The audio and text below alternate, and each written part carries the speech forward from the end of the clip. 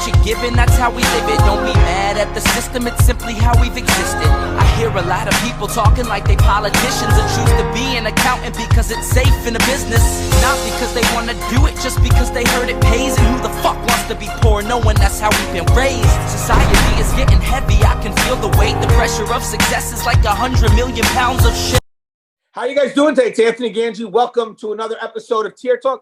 Guys, recently I posted up a video of an incident that happened the other day at the Oklahoma County Detention Center where we had a CO that was taken hostage.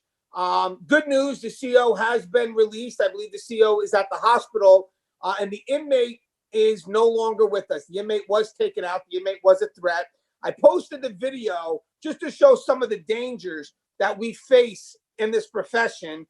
Outside of the context, there was really nothing violent in the video, but I wanted people to see the dangers that our brave men and women face in corrections, and the video got pulled almost immediately.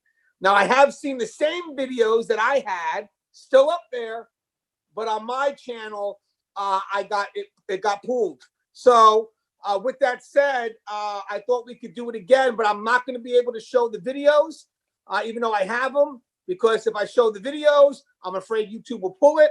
But I do have a panel of experts on today, and we're going to discuss some advice or some tips for, God forbid, if you ever put into a hostage situation and how we need to respond. And everybody on this panel has the level of expertise from hostage negotiation all the way up to crisis response. And it's really going to be a good dialogue.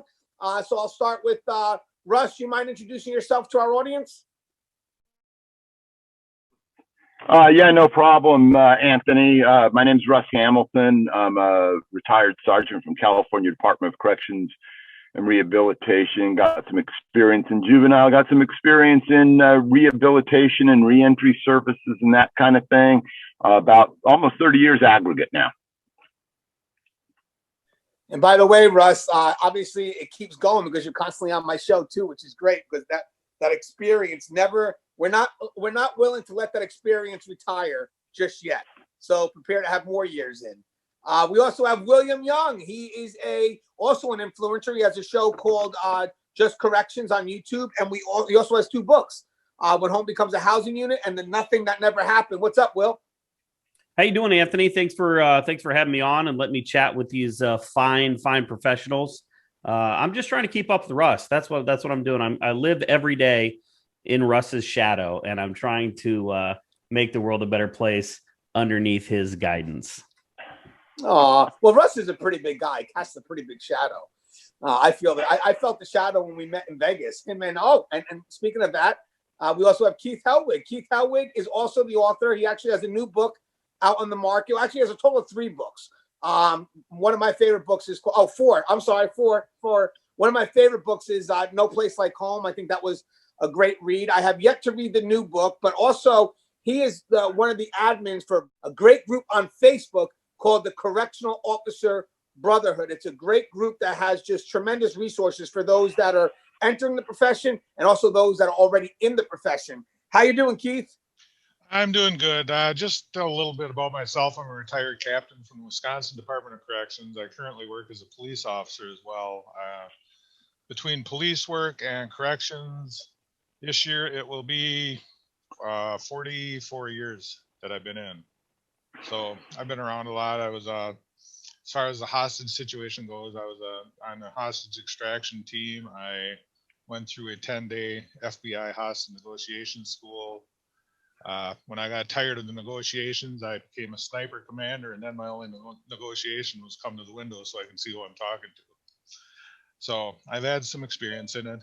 I am writing another book right now, and for those officers watching this, I'd like you to be a part of my book.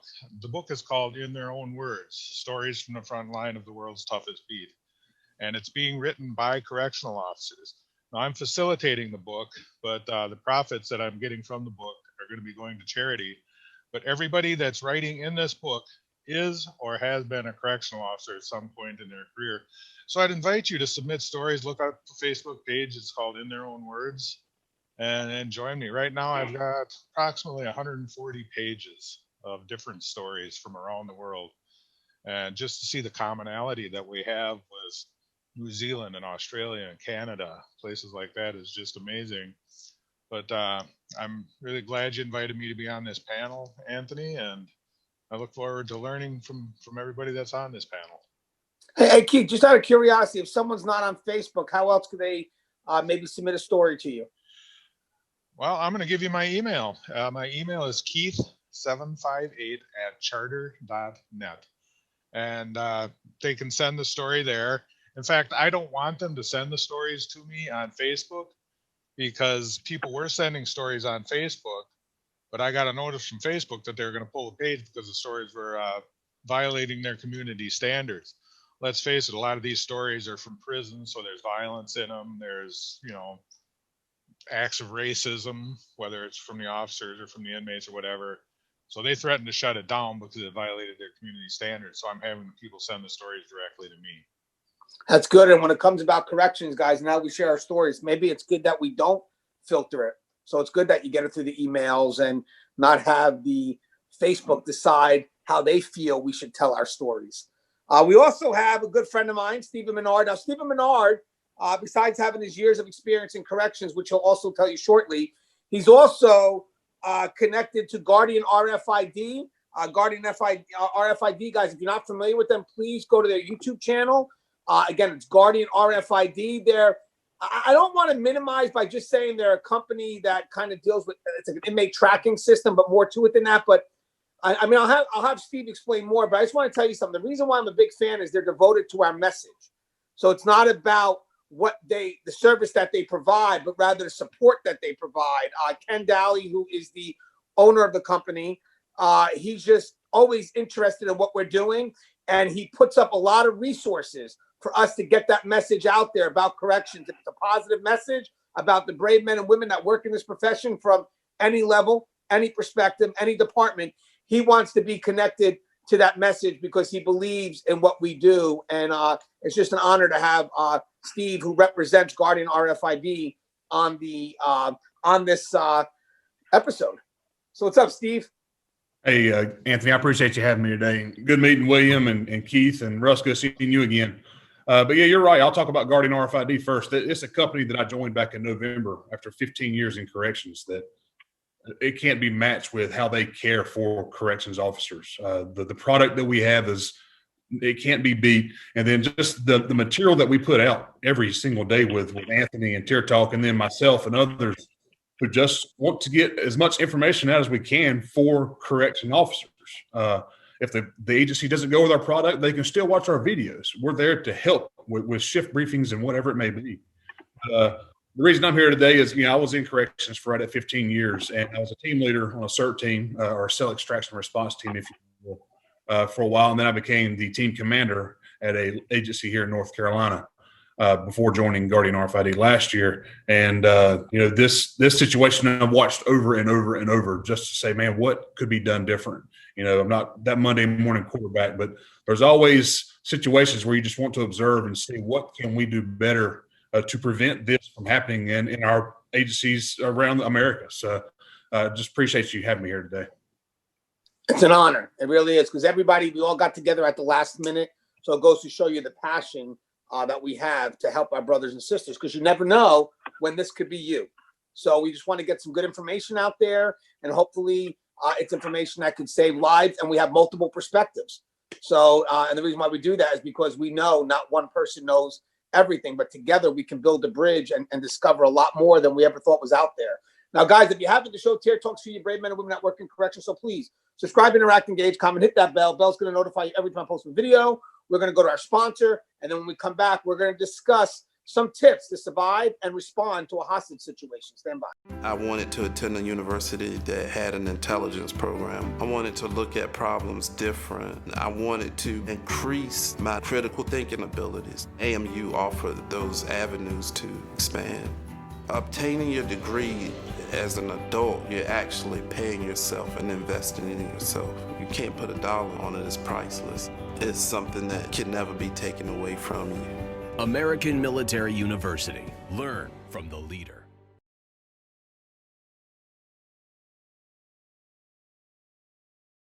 All right, then we're back. So guys, so real quick, yesterday, I mean, I was really trying to see those live feeds. I believe the phone that the inmate was using during this situation did come from the officer, and it happens. I believe there are some facilities that do allow the officers to carry their phones. Again, I'm not a real big fan of that. But with that said, the one thing I don't like is that when you have these live feeds, people don't realize that the comments motivate the inmates. You know, I mean, we've had a few comments that were out there like, come on, let that CO go. And, you know, they're trying to do what they can to bring a peaceful solution. But then you have these comments that look to justify the actions. Well, that's what happens when you don't clean a facility, or that's what happens when you have COs that are doing this, this, and this. Well, just to let it be known out there that this inmate literally says in the video he had nothing wrong with the CO. The CO just happened to be a victim of circumstance. So every time you see these comments that look to minimize what the inmates are doing by trying to find someone else to blame or a system to blame, all you're doing is, one, motivating those inmates to keep on doing what they're doing. But here's what else you're doing. You're motivating other inmates at other facilities to maybe step up and fight what they perceive is an injustice when there's other courses of actions that they can take. I'll go with Russ first. Russ, what's your thoughts when you start to read those comments on those live feeds about, you know, basically most of the public going towards the inmate and kind of just disregarding the hero who's now being taken hostage? Well, you know, that's really a problem in the whole negotiation, because those people that are starting those conversations, making those comments, they're interposing themselves between, you know, whoever the negotiation guy is and the inmate or inmates, and that makes it a really dangerous situation. Anything could be said that touches something off, whether it's true or whether it's false. You know, anything could happen at that point. So I think it's a real shame that anybody in the public, you know, felt that they should do that. These situations, they're very dynamic. You know, they have the potential for, you know, great violence, great loss of life. You know, if you're viewing one of those live feeds, don't participate, right? Because you need to have the professionals in there that know what to say to these individuals, that know the way out, that are in control of what's happening. The fact that you're trying to be a good Samaritan doesn't count if you get someone killed. Hey, Will, what's your thoughts when you have someone that tries to excuse the aggressive behavior of these inmates by looking at fault? Oh, thanks for the loaded question, Anthony. I think it's a direct reflection of what we're doing in society. I mean, here's the thing. We're not in this situation here. To me, it's not important. I understand that it's important that what led up to this point, we need to take that seriously so we can make sure that this doesn't happen again. But if people want to be treated a certain way, then they have to understand that these kind of behaviors don't justify killing somebody, taking hostages. I mean, I understand the frustration and there's things that need to be fixed, right? But you can't. This is not the way to do it, because what this does is you may have some people that are sympathetic to your message and to what's happening, but for the people that are directly over and in charge of what those changes, you know, how those changes need to happen, it's going to push that kind of farther away. I mean, this is not how you get a positive response, especially inside of a correctional facility. That is not going to make, you know, staff or administration be like, you know what? Yeah, let's try to fix these things and let's do it right away. I mean, you just can't act this way. Yeah, I like what Russ mentioned, Keith, where Russ said that, you know, because remember, these inmates now have a phone, so they're probably monitoring the feed. Russ had mentioned that sometimes these people from the public, they don't realize that what they're saying is counterproductive to a proper solution. So what's your thoughts when the public says these things that may motivate the inmates to keep doing what they're doing? My thoughts on the whole situation as a trained negotiator, one of the things we were trained was you never let anybody negotiate that you don't know what they're going to say. The problem with the live feeds is you have no control over it. I think that brings up the whole question of any institutions or facilities that allow cell phones inside their institution. I know in Wisconsin, staff aren't allowed to bring cell phones into the institution, which brings up another problem because a lot of the younger staff that they're hiring now are having a hard time going 8 or 12 hours without having their cell phone. But bringing that cell phone into an institution poses such a danger when you get people who are basically uneducated in hostage negotiations, uneducated in emergency situations, or what have you, who suddenly add their 2 cents worth and incite the inmate into violence or whatever, because they don't know what they're saying. They don't know that their words could be so inflammatory. So I think it represents a real danger to the hostage. It represents a real danger to the hostage taker. You know, look at the situation where the hostage taker was killed yesterday. Well, you know, I'm sure he was making comments back. I didn't see the video and I didn't read any of the comments, but I'm sure that he was making comments back that perhaps he wouldn't have made to a professional negotiator, and it would have been negotiated to a successful resolution. One of the things I learned from the FBI, in hostage situations, 95% of the time, when negotiations are used as a sole means to an end, nobody's hurt. You know, I mean, nobody's killed. There's still people hurt. People get beat up, things of that nature. And 80% of situations where force is used, somebody is either killed or seriously injured. So therefore, what's the best recourse? The best recourse is negotiations. And letting people who don't know anything about the art of negotiations, you know, spew garbage is just causing the situation to deteriorate. And Steve, obviously being part of a response team, what would you consider a peaceful solution, and what do you think are the hiccups? I'll speak from experience. You know, my former department, we trained for this situation. You know, we done yearly training, joint agency trainings. Our CERT team would involve our SWAT team or our SER team, CERT team, and we would come in and practice different scenario-based trainings. And one of the ones we would focus on would be hostage situations with our negotiators, bringing in medical staff, EMS, bringing everybody in to see this is what we would do. This is our response for this situation. And every department should train in that. It should be a yearly thing just to stay on sharp, keep your skills sharp. But on your question, seeing all these comments come across this live feed, you know, it not only just, it burns me up to see people just being able to see this, it's everywhere, but the inmates feed off of this stuff. I mean, just like William said, it's the society we live in. People are feeding off this stuff, and it's amping them up. You know, they're reading these comments. They're not listening to these, maybe the jail admin who's down there at the bottom tier talking to them, and he's feeding him what they're saying, and then they're throwing the gang signs up on the camera. It's just putting fuel on the fire, and that's hard to put out. You know, the bigger it gets, the harder it's going to be to put out. So, you know, I agree with you. You know, I've been to facilities where they allow cell phones, and some facilities only allow the supervisors, you know, but still it's dangerous. And people don't realize how dangerous that is to have cell phones in facilities. So there's so much that I could talk on for hours and hours, but I want to share the time with you guys. But the comments is what really got me going yesterday, just seeing everybody just talking and being able to see it and feed the inmates, because the inmates were feeding off of this. And guys, just want people to know that, you know, there's an effort from staff to keep it peaceful, which means, to be honest with you, they don't want to take the inmate out either. They want the inmate to do the right thing, put whatever weapon, don't be a threat no more, so we can end this peacefully, right?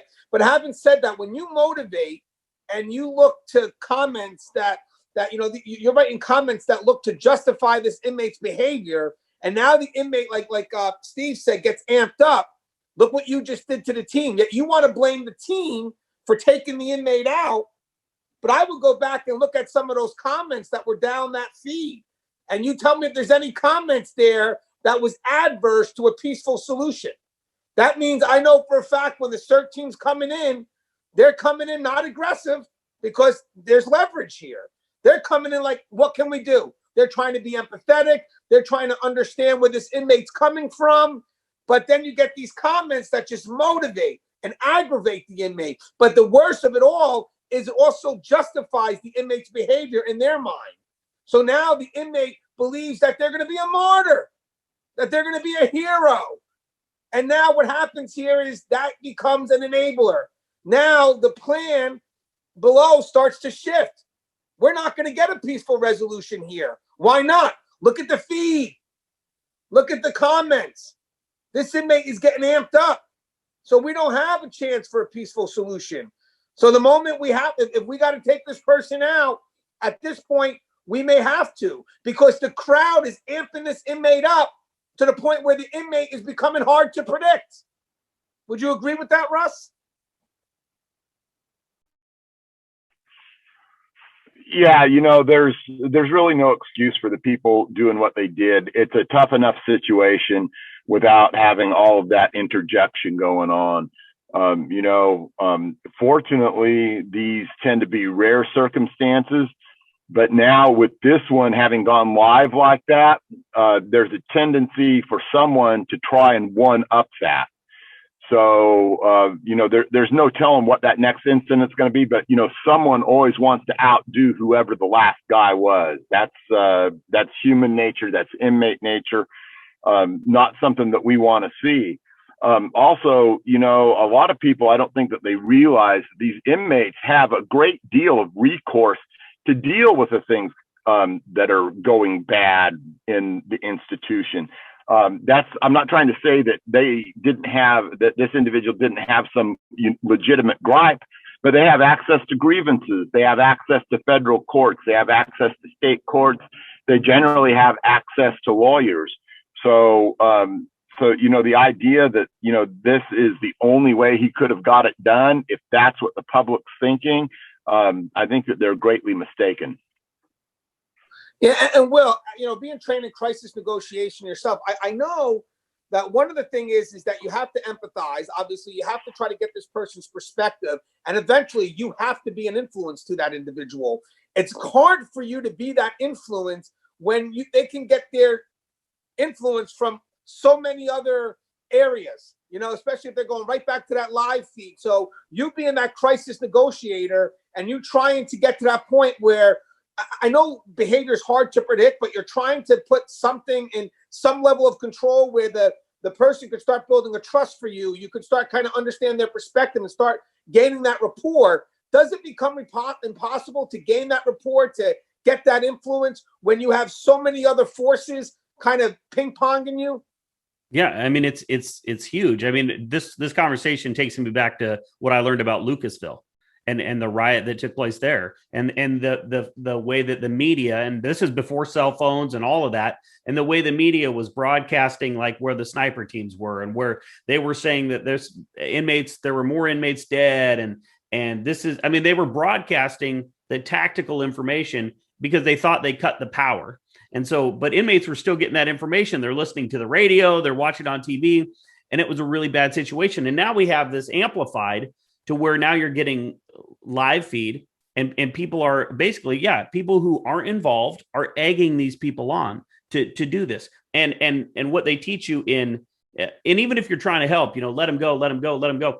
They teach you when they talk about how to be a hostage, you're in no position to negotiate. I mean, so as a negotiator sitting down at a table, all of those outside influences, it's just background noise that you have to then take and filter through, because you're trying to get a one-on-one with that guy. You're trying to find that connection. You're trying to build a little bit of foundation and say, hey, buddy, look, this doesn't have to go like this. It doesn't have to end, violently. This is not, if we're talking some problems here, there's things we can do here to help you out. But if everybody's chirping in his ear, the video was, he was up on the tier and there's people yelling behind him. You have the hostage that's probably saying things. You have all this other stuff. And so what I want people to understand, officers that can carry their cell phones in the facility, or officers think that, it's a good idea to bring cell phones in and peddle them to the population. you are literally putting people's lives at risk. I mean, one of the things that we talk about when you're dealing with an irate inmate or individual, you take them off stage. You remove them from all of those influences, people that are bumping them up, and then you deal with them in a one-on-one situation. You want to isolate and contain your problem. But by you bringing those phones in, look, I don't even bring my wallet into the secure side of the facility. I don't bring my wallet. I don't bring my keys. You don't bring your cell phone. You don't bring nothing, because if that guy would have had all, look at, he had his cell phone on him. He had, what if he had his wallet? Now they got your address. Now they got all kinds of stuff. And the reality is that this can be any single one of us anytime. There was a comment that I read that said, somebody said, only if you let it be you. Well, that guy must be Conan the Barbarian, because one-on-one, if they want to take me, they take me. We're all one sucker punch away from being this guy, no matter what we do, no matter what kind of report. In fact, the majority, you go back to Lucasville, Robert Vallandigham was a good officer. They killed him. I know a guy that I talked to on my show from Canada, good officer. He was taken. They don't take the assholes. They don't take the people that are heavy-handed. They grab whoever they can grab. They grab the softest target and they can go. So that's what you need to think about when you decide to cross that line, when you decide to bring a cell phone in, or you decide to run your mouth a little bit. You're literally putting somebody's life in jeopardy. Yeah, and I like what you said. And we're talking about softest targets. We're talking about vulnerability, which isn't always the individual. It could be a situation, and you can't control every situation that comes your way. I also want to let people know that I'm assuming all facilities do have policies that say we do not negotiate for hostages. And that protects us, believe it or not, because it lessens the motivation for inmates to do something foolish. So most of the time what it is inmates are trying to get a message out. And they need to be reminded that this isn't the right way to do it. You have many sources that can go ahead and help you with that message. But the one thing that should not be allowed, because to me it lessens your message, is when you get aggressive. And the last thing we want to do is, when that message right now is, it's the wrong way to get the message out. The last thing we want are for idiots out there to kind of motivate that way. Because now, if we're walking in a facility, at any time an inmate thinks that they have a message, because most of the time it's not even a group thing. It's more personal. I didn't get what I want, so now I'm going to pretend I'm speaking for everyone, when it's really just selfish reasons. Well, now we're not protected from inmates who are motivated to get a message out, because we have great policies right now that say no negotiation, there's no demands. You take one of us hostage, you cannot make demands. We will not comply. We'll listen, but you're not going to get what you want. You're not going to get out free. And inmates know that protects us. But now, Keith, ain't this a little bit different now when you have the public that, kind of reinforces inmates who are just taking officers or staff hostage just to get a message out there? The whole hostage situation is such an evolving thing.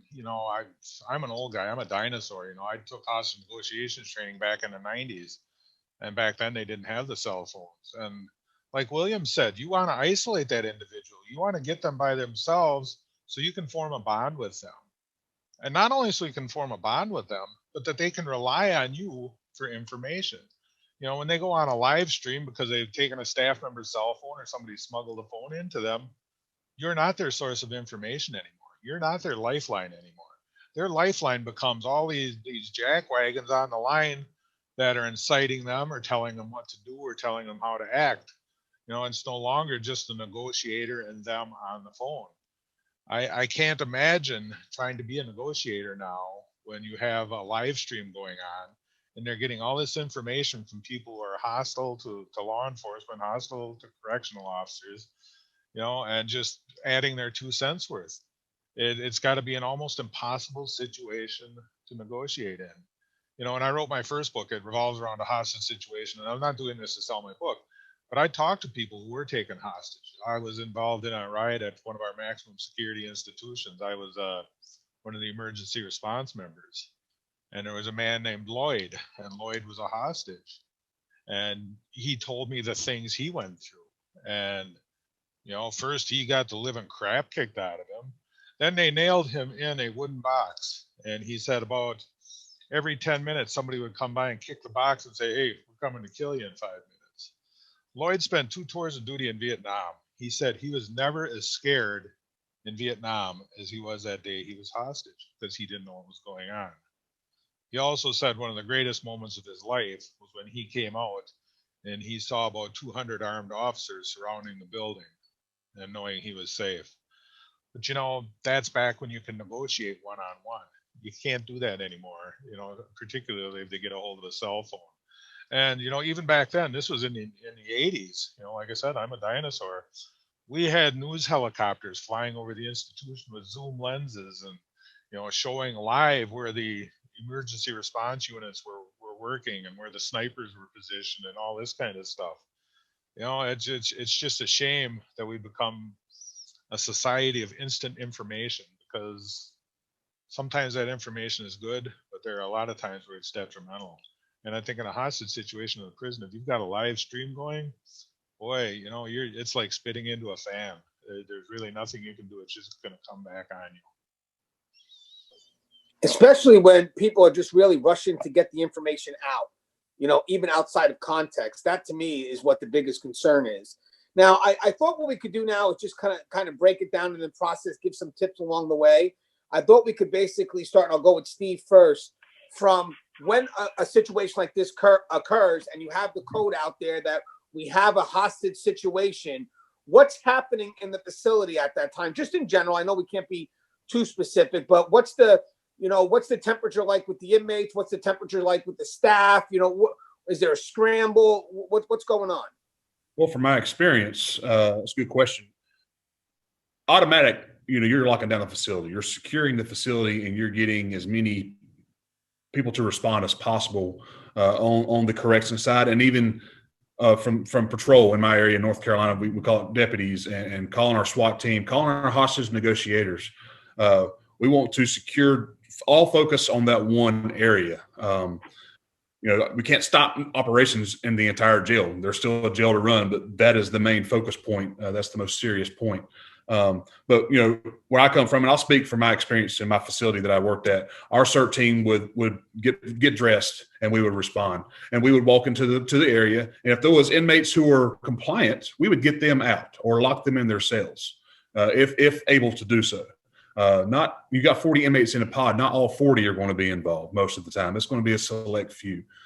So we would make the announcement, if you're not involved with this, get on your stomach, crawl to us. You know, crawl to us. You know, some of them are afraid to do that because they consider they're cowards, or they'll be threatened by the other inmates who are involved, or whatever. But that would be our number one: secure the scene. Once the negotiators get there, once lethal force gets there, because we want less lethal and lethal force on the scene. That's how we train. Distraction devices, have everything ready to go. That way, when it's time to go, you go. So, you know, and like I said earlier, we train in that every year, just in case if it happened. And when you see videos like this, it's just preparing the next facility to do the same thing, because they're seeing this stuff. They're seeing it on the news. They're seeing it on Facebook. Not every criminal is in jail right now. They're on the street right now. They're seeing these Facebook Lives. So when they go back into incarceration, it's their opportunity. You know, they see it. They see how the operations are going with the actual negotiations in this video. So there's so many things that this video right here created, that a lot of people don't know and don't see. But yeah, you know, get your CERT team ready, get your negotiators ready, and come in and just be calm. Don't come in aggressive. Be calm. Get your guys out who are not involved, and then make the focus on the individuals who are involved. And I know, like, usually when situations like this happen, the first thing we ask as management, besides the safety and everything, is we always want to know what happened or why is this happening, because we do want to push for that peaceful resolution. You know, we want to know, is there something that we can do to go ahead and end this in a peaceful way. So Russ, you know, obviously, you know, when a code happens like this, we got a bit of a scramble. You know, how important is it for staff to understand the why behind why it's happening, whether it's something personal between the hostage taker and the hostage, or just to get some answers? Oh, well, I think I think that, at that moment, we do have to, get staff spooled up to know what's happening. At that point, why is just kind of a byproduct, though. We always want to know that we have to start activating the things to get them in place, the resources. We have to get medical staged. We have to get our teams staged. I was lucky in CDCR. We had dedicated hostage rescue teams. So we didn't have to go to an outside agency or anything like that. We could, bring them up and spool them up pretty quickly, all in all. So I think the why is kind of secondary. The main thing is, though, is, to do things ahead of time for these staff members. So we're not doing it on the fly like that.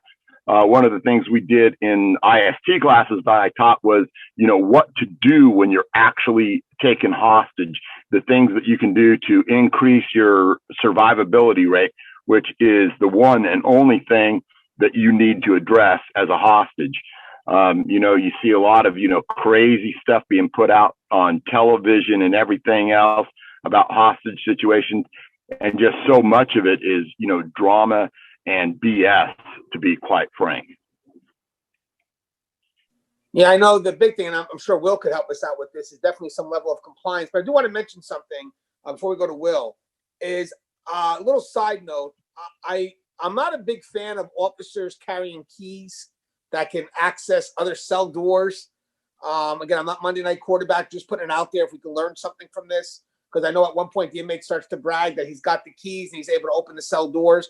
We have to always be prepared that we need to do what we can to protect our officers on the floor, which means that the officers need fail-safe. Hopefully, when you have open dorms, you have 2 officers, 1 in the sky, but you need fail-safes for these officers. So you always have to think, what would happen if this officer gets taken out by an inmate? What can the inmates have access to? What would be the concern? And that's why the officers have to understand you're not going to be able to get the keys, when you're in a unit to get out, because at that point, when the response team comes in, you could be taking the threat into another area. And like Steve and Russ were saying, you have to contain, so if there's a hostage situation that we have right now, at least we can contain it to one area, and then that can help us out with our response, because we have multiple areas that we can now pull from. But if we start, taking it to other areas, then we start losing control, and our response team actually weakens because we can't get directly to the area of concern because we're obviously being blocked by other issues. So I just want to just make sure we're mindful of what we carry on our person when we're walking those tiers, especially in those understaffed facilities, when we're walking on those tiers by ourselves. Do I have the paracentric to every cell door? And what happens if I get taken out? What happens? Have I just lost the unit?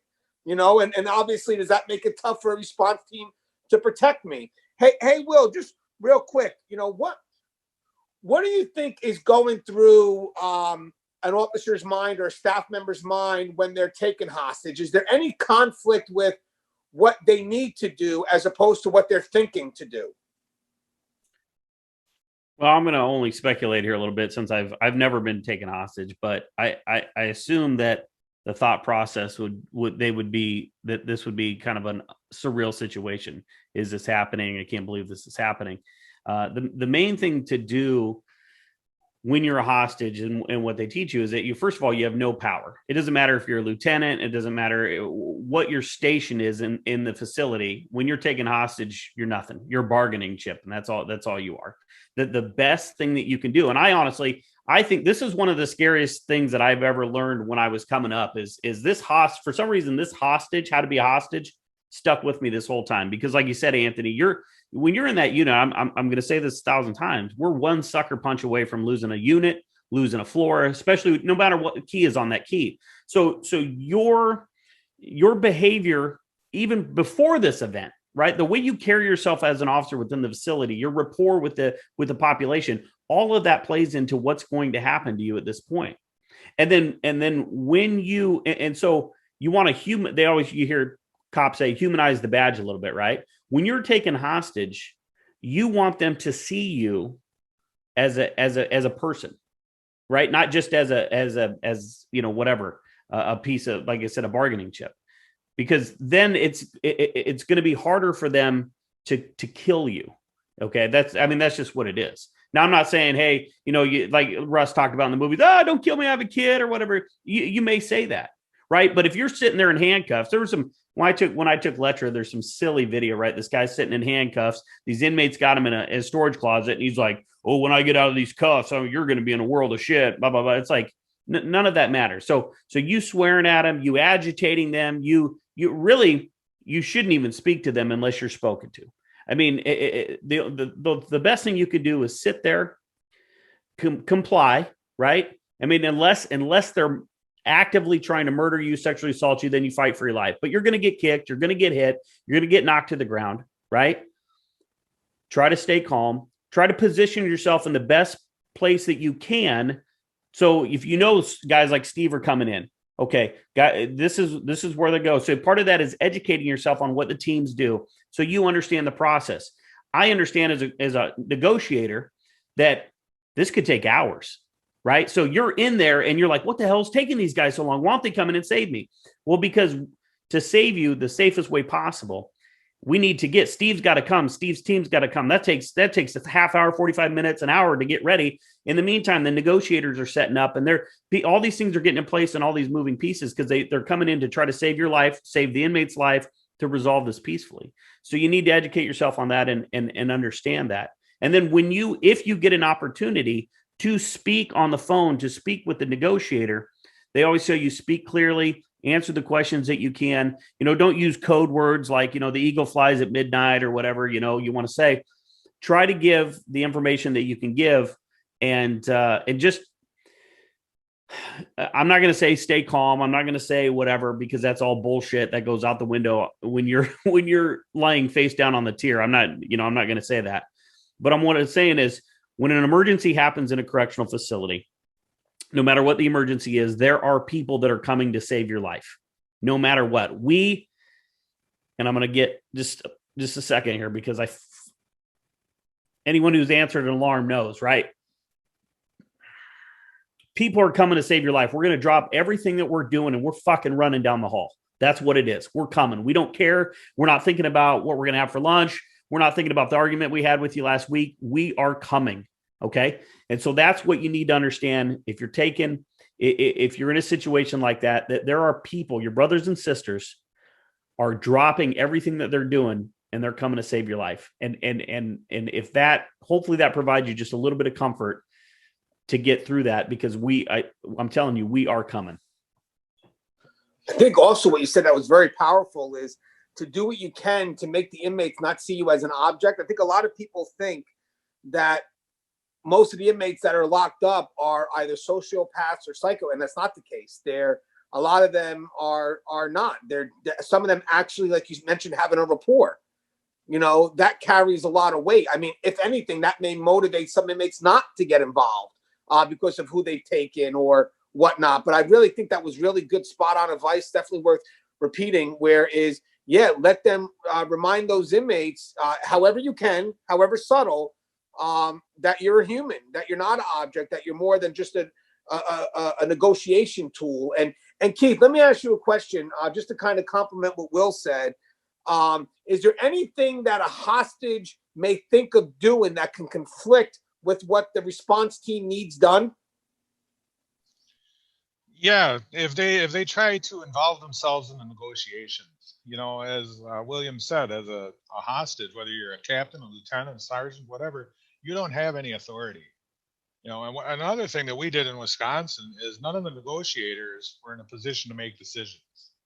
And that was done on purpose, because that way the hostage negotiator can't give away anything. I'd like to echo something that William said, is that as a hostage, you need to retain your humanity. You need to be seen as a human in the eyes of the hostage takers. One of the tricks we learned as a negotiator, and I don't think it's really exposing anything big, was as a negotiator, you do what you can to make those people human. You don't even refer to them as hostages. You refer to them as people. I know one of the things we were told is if you have somebody in there who's maybe an elderly hostage, tell the inmates, so-and-so's might have heart problems. Could you go over and take his pulse? Just check his pulse, make sure his pulse isn't racing. Why are you doing that? Because you have to have skin-to-skin human contact with that person at that point in time. You're pointing out the humanity of that individual. So anything you can do as a negotiator to point out the humanity of the individual is certainly in your favor. And as a hostage, anything you can do to point out your humanity is also in your favor. Now, that doesn't mean, the old dramatic movie, I've got a wife and 3 kids. And, to be honest with you, the inmates could care less about that. But if they see you as a human being, chances are you're going to come out not unscathed. You're probably going to get your butt whoops at some point in time, but you're going to come out of it alive. Another thing is don't let them put a blindfold on you. Resist that as much as you can. One of the big things of retaining your humanity is being able to make eye contact. If they can't see your eyes, you're no longer a person to them. So it's little things. It's just a lot of little things that you can do to save yourself from being a hostage. People talk about, well, if you're a hostage, if you get a chance to escape. Okay, well, there's two schools of thought on that. Is your escape going to be 100% successful? Okay, it's 100% successful and you get out. What are they going to do to the rest of the hostages? Is that going to cost somebody else their life? Or you don't get out. They catch you trying to escape. What are they going to do to you then? Boy, you're in for a big ass whooping then. You're going to be the first guy that they take out in that situation.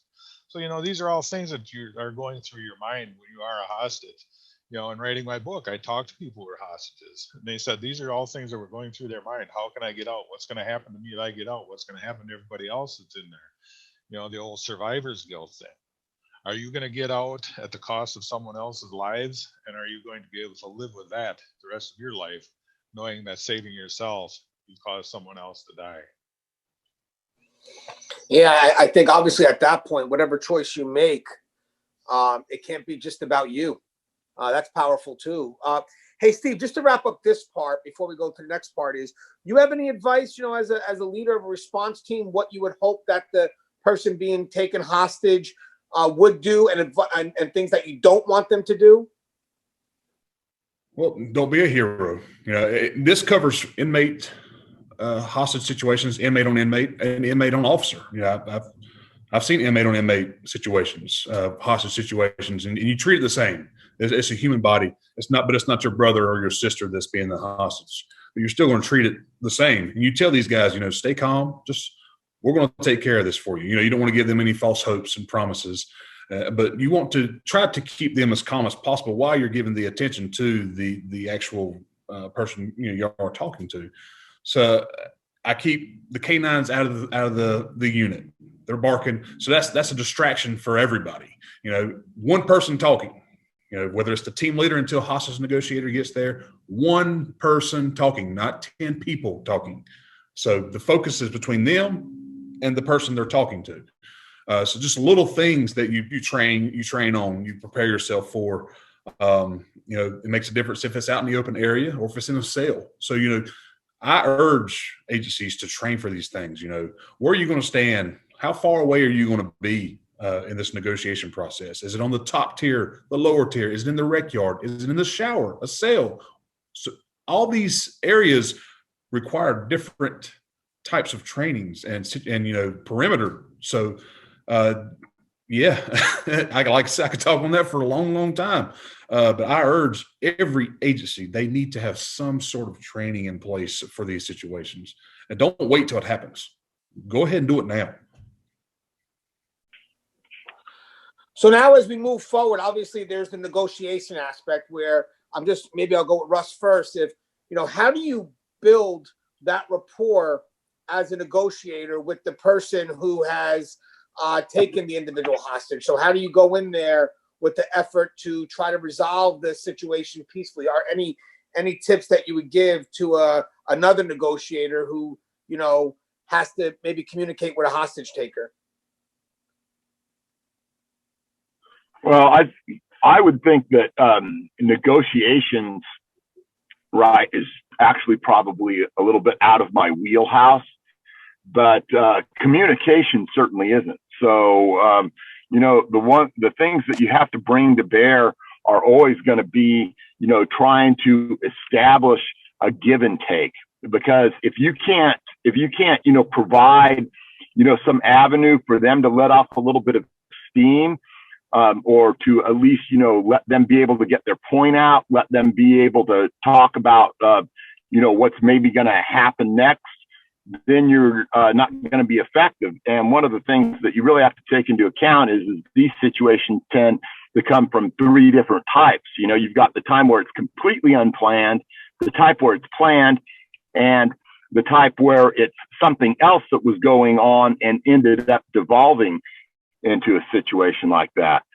So, and these are things I really think that, serve the person that's been taken hostage well to understand, what the most dangerous kind is, and to also be able to understand that the longer it goes on, the better a chance for a successful resolution, because this person is either going to be talked out, or you're going to have given those teams enough time to stage and get ready and have their plan, and maybe even practice that plan 5 or 10 times. Maybe those tactical guys are going to go to some other unit that's laid out exactly the same, where they can get the inmates out of there momentarily and walk through exactly how they're going to do the takedown.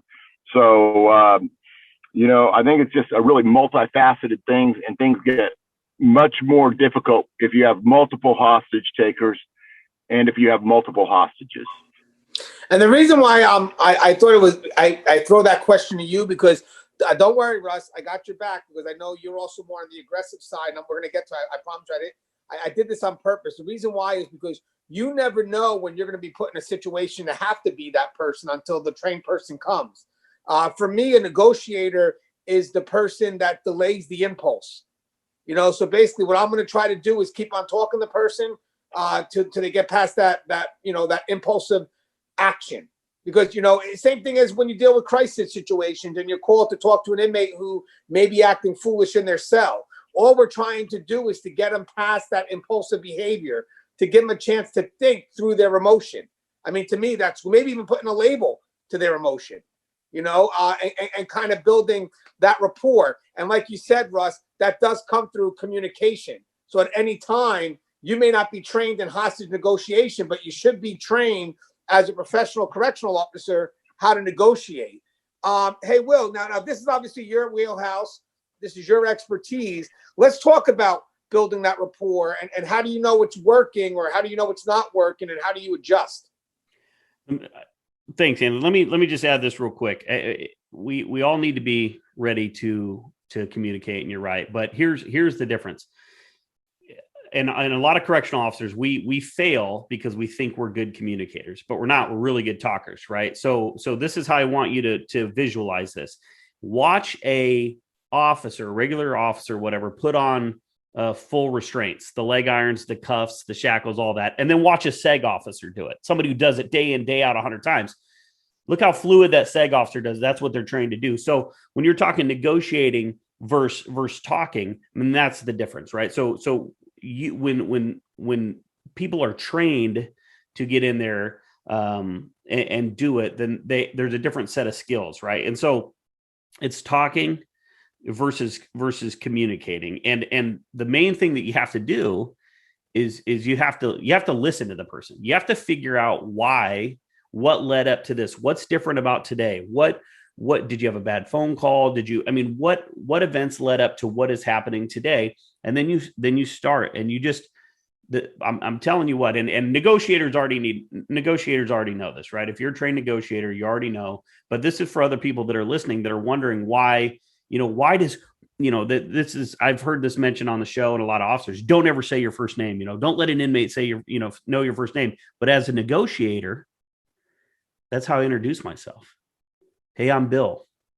What's going on? How can I help you today? Because if I come in and say, I'm Officer Young, what do you want? I did a joint training with the sheriff's department one time, and this lady kept referring to herself as, sir, the police are outside. Sir, you need to tell me what's going on, sir. I'm like, hey, lady, they know you're outside. There's a freaking tank on his front lawn. Stop saying that. Stop telling her the police. And she got so pissed off at me, she didn't understand. It's because in that moment, it's the pot's boiled over. They don't give a shit who you are. And so I need to be the guy that's there to listen. Like he said earlier, I can't grant you your wishes, but what I can be is I'm that voice for you. I can take what your concerns are and I can listen to them and I can pass them along to the people that can make that happen. And I can't do that being an officer. I can't do that being a jerk. And so you have to that connection. And that's why there's a huge difference between being a negotiator and just talking to somebody. Because, and look at it. I mean, take those people in your facility and just pick 5 or 6 of them and say, do you want this guy on the other end of the phone if your life is in danger? And there's going to be some people that you're like, yeah, I do, absolutely. And some of you're like, don't put that dude on the phone because he's going to say something silly, right? And so it is building, because listen, whatever is happening in their world right now, that hostage taker, which you don't call him a hostage taker, that's the most important thing that's going on. And your job is to understand that, is to empathize with that, and then put yourselves in that position with him so you can bring this to a peaceful resolution. Your job as a negotiator, my job is to is to help him understand what he's doing. And it's almost like a therapist, right? When you go to a therapist and you tell your problems, they're like, well, how does that make you feel? Well, I don't know. That's why I'm here talking to you. How do you want to see this resolved? What are you trying to accomplish? Because I want to help you accomplish that. What can we do here? And so that's our job. And that's why, it's so important to cut out that other outside noise. That's why it's so important to have that extra training. Like Keith said, he went to the 10-day negotiating class for the FBI. I went to a 10-day negotiating class. This is not crisis intervention. This is the next level up. I mean, this is serious business. So if you're interested, go for it. But just like some people can't be on a TAC team because that's not their skill set, some people can't be on a negotiating team because that's not their skill set either.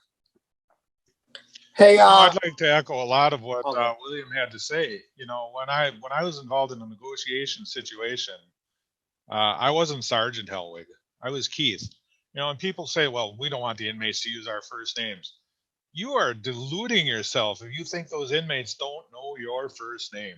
Those inmates know your first name. They know you're married. They know whether you got kids. They probably know what city you live in. If you work a county facility, I worked a county facility.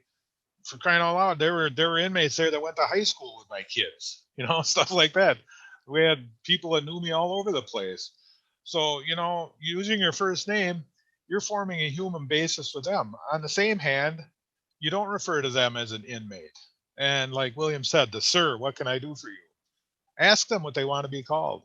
Maybe they want to be called some total alias name.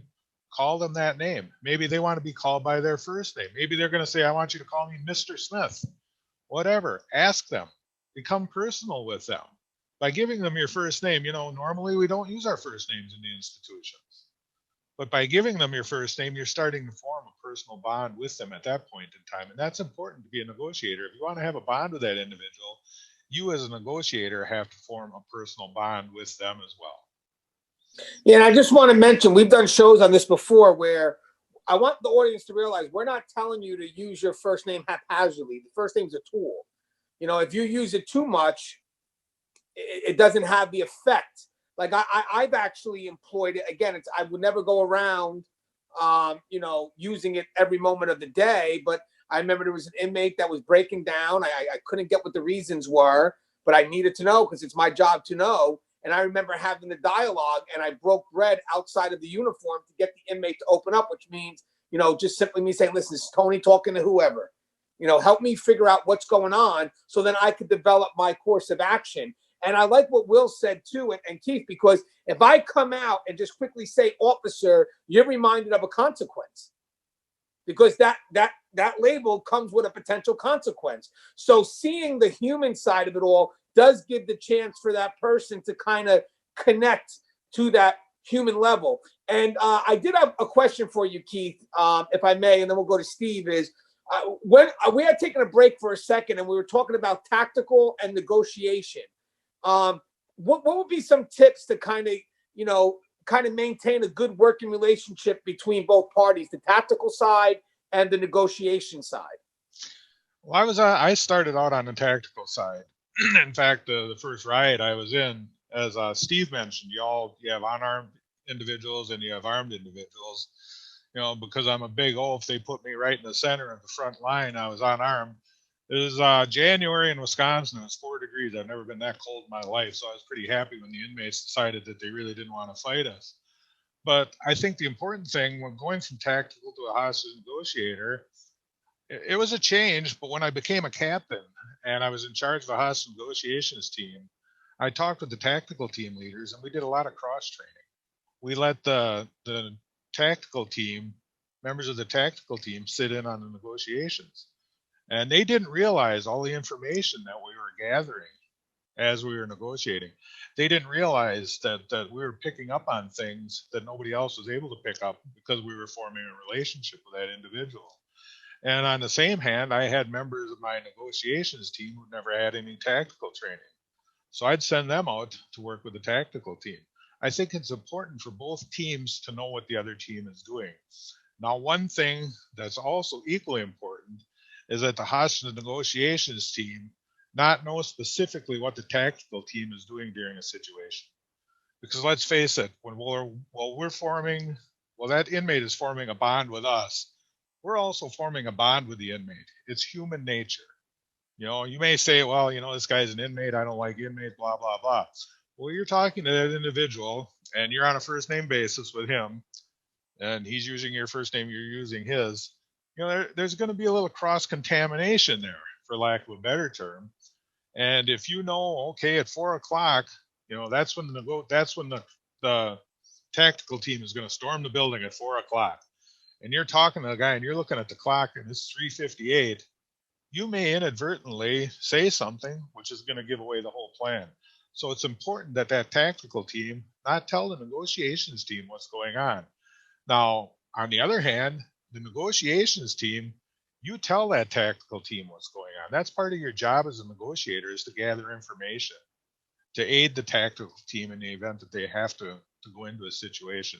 So I think it's important to have, not really cross-training, but it's just important for each team to know what the other team actually does.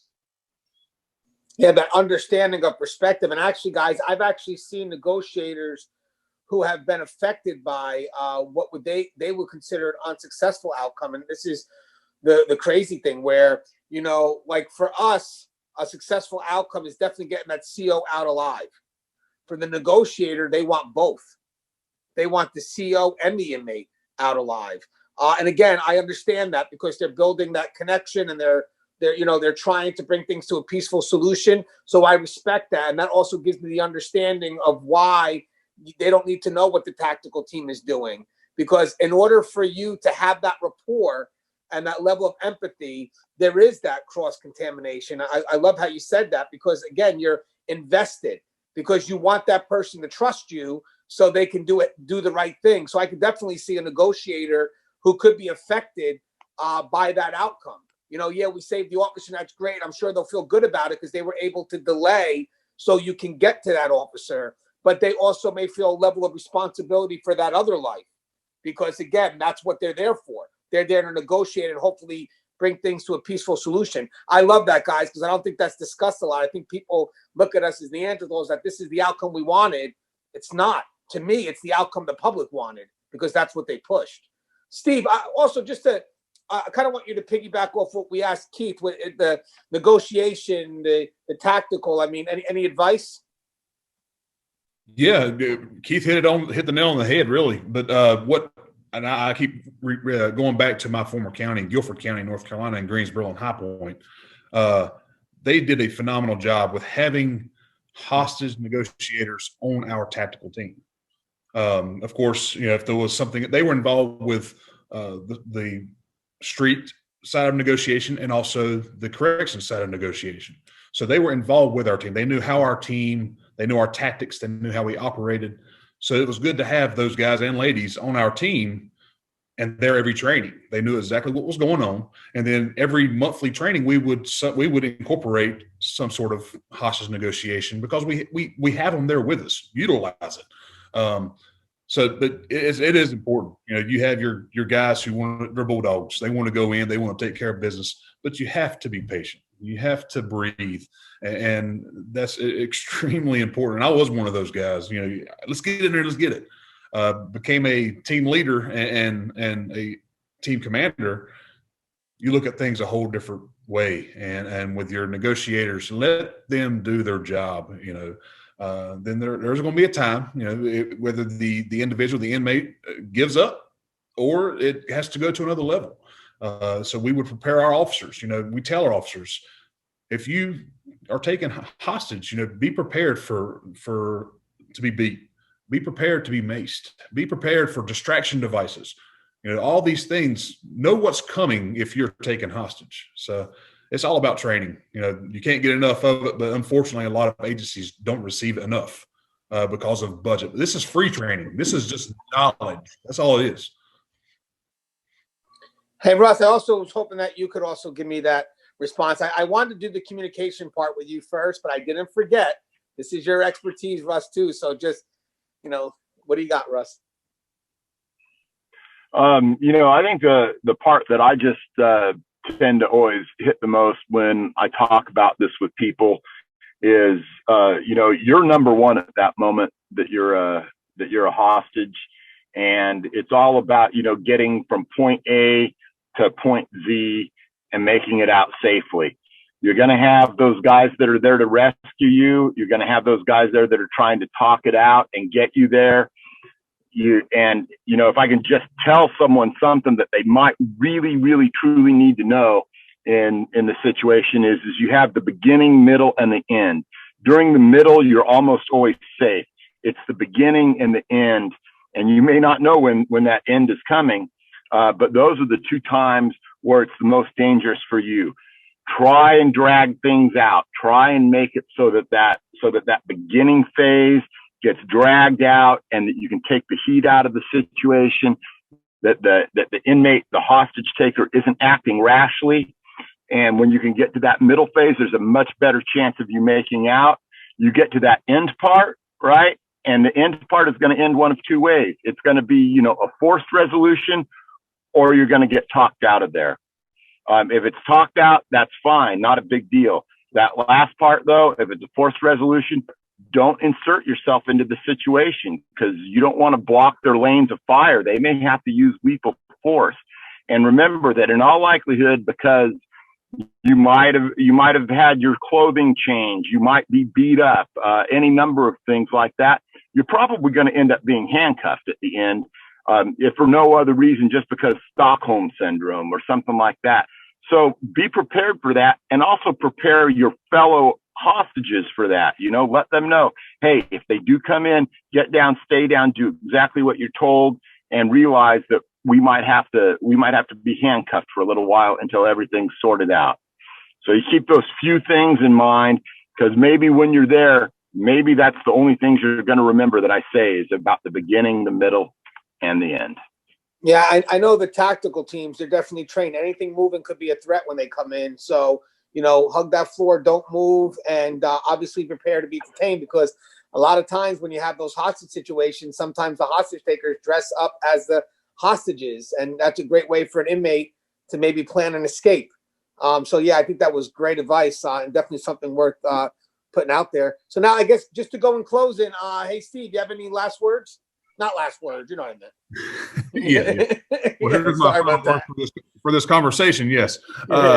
We talked about the hostage negotiation, the response, but what's really important in my eyes after all of this is the debriefing for the officers and the staff. It hits a lot of them pretty hard, this involved. PTSD is real in corrections, just like it is in the military and just like it is on the sworn side on patrol. Sometimes corrections officers see a whole lot more, than what patrol sees. You're locked in behind walls. That's stressful enough. So these situations, there needs to be some sort of debriefing for everyone who is involved, from the hostage, even some of the inmates. Believe it or not, some of the inmates who are not involved will need help after these situations. So that's where we as human beings must take care of everybody. I am my brother's keeper. I'm also going to take care of these inmates. So that's my. No, you're right. And also, guys, just with the debriefing, obviously the facility, until we can identify the threat, because In this case here, it looks like it was Bloods, whatever specific set, I don't know, but definitely an affiliate of the Bloods. So obviously a lot of facilities have different sets that represent that blood culture. So, could this motivate another set to do the same thing at another facility? So we need to be able to lock it down and kind of cool the temperature, because I like what Steve said about the debriefing. You could have staff that may think they're ready and they're not. So if we don't give them a chance to kind of have that response team to come in to talk to them and make sure we're ready to slowly open up the facility, of course, you're going to have the public saying, you got to open it now. And then we have clashes. We have increased levels of violence. That's because we opened it up before staff was ready. And in some cases, some of the inmates have to deal with this interaction again, because a lot of us, after something like this happens, we generalize our feelings of animosity to anyone wearing that jumpsuit. That's just how we settle it, until we're able to kind of process it correctly and really focus our attention on where the main concern was. If you open up those doors in the height of that generalized animosity, you're going to have a facility that's going to be, again, in uproar, and it's just going to keep on cycling. Hey, Keith, anything you like to say in closing? That's what I meant, by the way, Steve. I did not want your last words. I meant to say, there's a big difference there. But do you have anything that you would like to say in closing, Keith? I guess I'd just like to say in closing that there's a tactical team and there's a negotiations team. And even though they have separate names, they're both on the same team. Both teams actually want a peaceful resolution. You're always going to have the hard asses. I was never a hard ass, but, I wanted to go in there and I wanted to get things done. I didn't want to sit back for, in a goon suit for 8 hours while somebody's talking to the person. But ultimately, when that happened, things resolved peacefully. Nobody was hurt. So you've got to work together as a team, whether you're a tactical team or whether you're a crisis negotiations team. Now, that's the politically correct term for Haas's negotiations team in Wisconsin now is a crisis negotiations team. Same thing, different name. But you have to remember that they're a team. And what Steve said about the debriefing, I think that's fantastic. You've got to have a debriefing afterward with the staff involved, with the inmates involved. You've got to offer people help. Statistics have shown that PTSD among corrections and police is higher than active duty military troops. And I'm not saying that to demean active military troops, but the reason it's higher is because as a correctional officer or a police officer, and it's actually higher in corrections, is because you deal with those situations every day during the course of your career. Now, I work both sides of the fence. I work as a police officer and a correctional officer. When I was a police officer, I can still remember the first auto accident that I had to go to where there was a fatality. I can tell you the guy's name. I can tell you what he looked like, what he was dressed, whether he needed to be shaved, how far his body was from the car when I found him in the swamp, the whole works. Well, as a police officer, the next few times I worked, I didn't have to drive past that spot. I didn't have to be reminded of it. Now, take a correctional officer that works on Unit 10, and the inmate in cell 15 hangs himself. Okay, you find that guy hanging there. What happens the next night? You go back there. You have to go by that cell every single night. You can't walk away from it. So it's important to have debriefings. It's important for people to be able to talk to other people about what their feelings are without being belittled. Nobody likes to be thought of as being less manly or being a soft-ass correctional officer or a soft-ass cop or whatever. You got to get this stuff out. If you don't get it out, you're going to end up inside of a bottle somewhere, or you're going to end up with a gun in your mouth. So, get it out, talk to other people about it. But I guess going back to the main subject, we're all a team. We have to work together as a team. We have to stay a team. So true, Keith. And obviously, it's a pleasure having you on. Don't forget, guys, he also has a YouTube channel. I don't think we mentioned it before, but Cops Corrections on YouTube. He's an influencer as well. And then he has many books on the market. And don't forget, at the very beginning of the episode, he gave us an email if we wanted to submit a story to an upcoming book that he has that will be hopefully the truth behind the profession, because it'll be told by people that work in this profession, unfiltered by Facebook and YouTube. Hey, Will, anything you'd like to say in closing? Yeah, I want to just want to add that this conversation for some, it's going to be, it's too long or too drawn out. But here's the deal.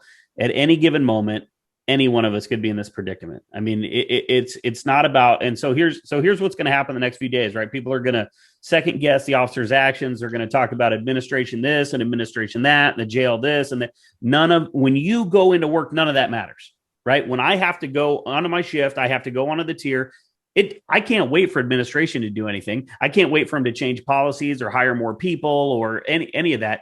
So what I beg you guys to do is don't worry about that other shit. It's like standing in a burning building and refusing to leave until you know who started the fire, right? It's like, how do we survive tonight's shift with the staff, with the resources, within policy that we have right now? That's it. That's how you get through it. Watch each other's backs, check in on each other. That, these guys are talking about the mental health thing. So everybody knows how I feel about that, right? That's my thing. But we have to watch each other's back, and we can't, moving forward, somebody's going to say something about this officer that he did something wrong. I mean, this has been a terrible week in corrections. And you can say, oh, they did this or they shouldn't have done it. None of that shit matters, man. Bad things are going to happen inside of these buildings. That's what we do. And so you have to prepare for them. You have to keep yourself as safe as you can each shift. That's it. So don't cloud your mind with all the other stuff.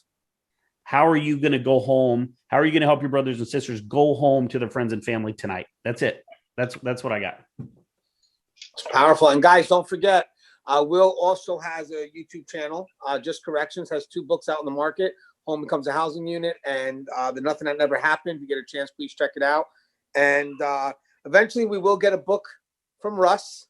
Russ Hamilton's got a book in complacency. I just want to say, you're being complacent in writing a book about complacency. I'm waffling. There's a difference, I definitely am going to get it done. I have a lot on my plate though. And so it's just kind of trying to, make everything fit. Yeah. I just want Russ, to know. Russ, I work 65 hours a week and I wrote 2 books, buddy.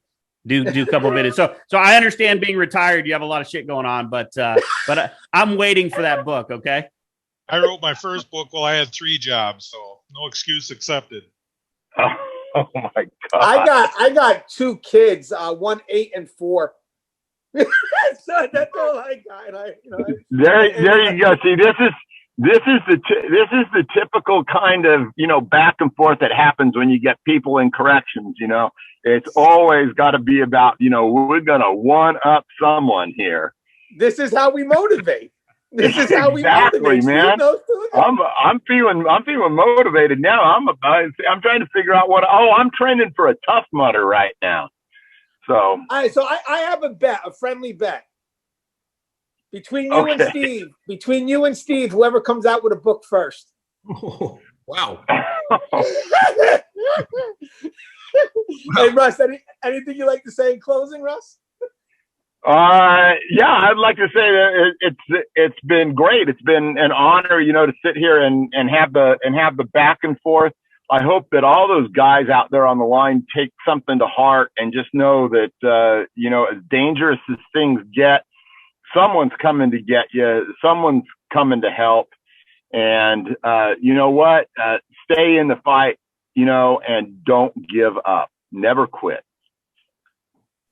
Yeah, guys, this was a great dialogue. Again, in the process, we've learned so much. I like what Keith said at the very beginning, doing these dialogues is a good chance for him to learn as well. But it's also a good chance for us to learn because, again, having these perspectives and watching the conversation, develop, when the end comes, you get such a good understanding of what can hopefully save a life. I mean, that's the key. So I like what Will said too, guys. Sometimes things are worth watching every minute of, and by the way, we're all doing this on our own time. So I love when people say, well, Ganj, I'm not going to watch a whole video for an hour and a half. Well, we made the video on our own time and we feel it's worth it. So in the end, that's your loss.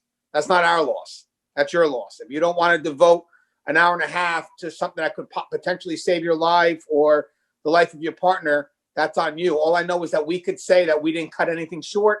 We got the information out there. And even though Will's getting pressured by the wife, I got the kids coming down. So we all have other obligations. Today, our obligation was for you, because of what happened in Oklahoma. So this is what we do because, you know, we're family and we love each other. So as always, guys, the show is Tier Talk. If you haven't, please subscribe, interact, engage, comment, hit that bell. Bell's going to notify you every time I post up a video. Stay safe.